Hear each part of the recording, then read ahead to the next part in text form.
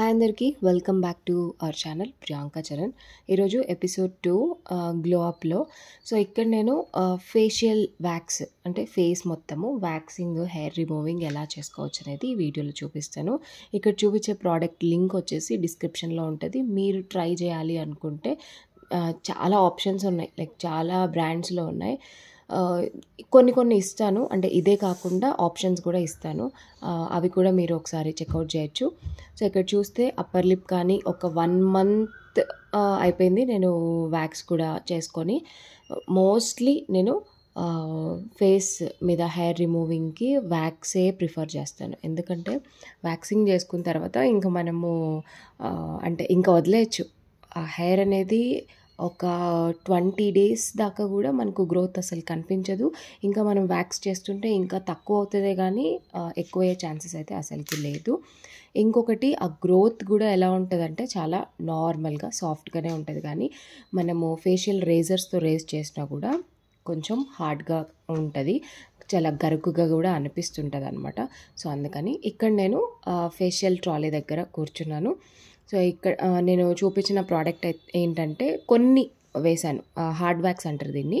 కొన్ని వేసినప్పుడు ఏంటంటే అవి మెల్ట్ అవుతాయి కాసేపటికి. మరీ ఎక్కువ వేడిగా పెట్టద్దు స్కిన్ మీద, ఫేస్ మీద కదా సెన్సిటివ్ ఉంటుంది కాబట్టి. హార్డ్ వ్యాక్స్ ఎప్పుడు కూడా మనం యూస్ చేసేది సెన్సిటివ్ పార్ట్స్లోనే, లైక్ అండర్ ఆర్మ్స్ కానీ, బికినీ ఏరియా కానీ, ఫేస్ వ్యాక్స్కి కానీ ఇలాగా మనం హార్డ్ వ్యాక్స్ అనేది యూస్ చేయొచ్చు.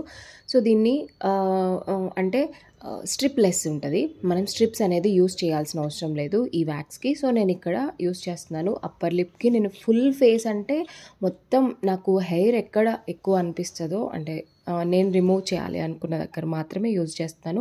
ఫోర్ హెడ్ మీద కూడా నాకేం అంత క్లియర్గానే ఉంటుంది, అంత ఎక్కువ హెయిర్ అంటే రిమూవ్ చేసుకోవాల్సినంత హెయిర్ అయితే ఉండదు. సో జా లైన్లో ఇంకా కొంచెం అప్పర్ లిప్, లోవర్ లిప్ మాత్రమే నేను చేస్తాను.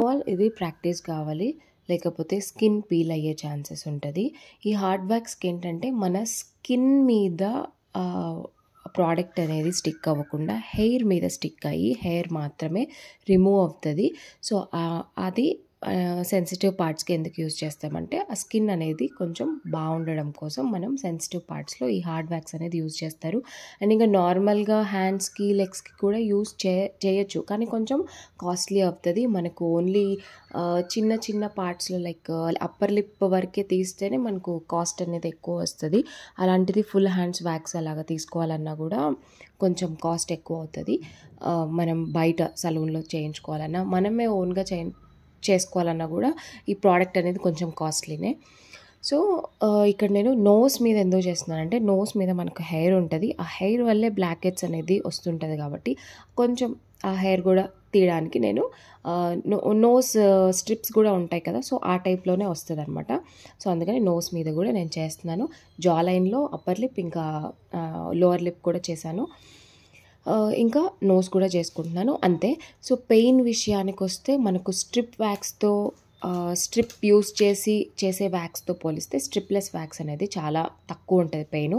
నేను ఇక్కడ తీస్తున్నట్టుగా కొంచెం తీశారు అంటే కొంచెం పెయినే అనిపిస్తుంది, కానీ ఆ పెయిన్ వర్త్ నిజంగా.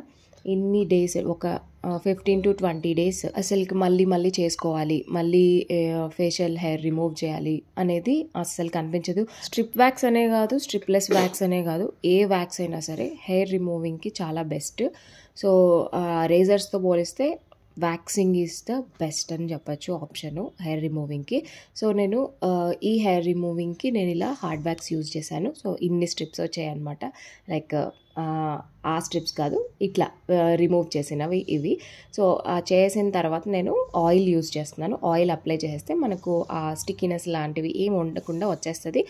ఆఫ్టర్ మనం కొంచెం వైప్ చేసేసి ఐస్ క్యూబ్ కానీ, లేదా ఐస్ క్యూబ్ రబ్ చేస్తే చాలా బాగుంటుంది వ్యాక్సింగ్ తర్వాత. ఐస్ క్యూబ్ కంపల్సరీ అప్లై చేసిన తర్వాత కొంచెం అలోవెరా జెల్ ఇలాంటివి అప్లై చేసుకుంటే కొంచెం హెయిర్ రిమూవింగ్ తర్వాత సూదింగ్గా ఉంటుంది స్కిన్ అనేది. వ్యాక్సింగ్ తర్వాత స్కిన్ అనేది చాలా సాఫ్ట్గా ఉంది. సో నెక్స్ట్ వీడియోతో మళ్ళీ కలుద్దాం. లైక్ ఇంకా సబ్స్క్రైబ్ చేయడం మర్చిపోవద్దు.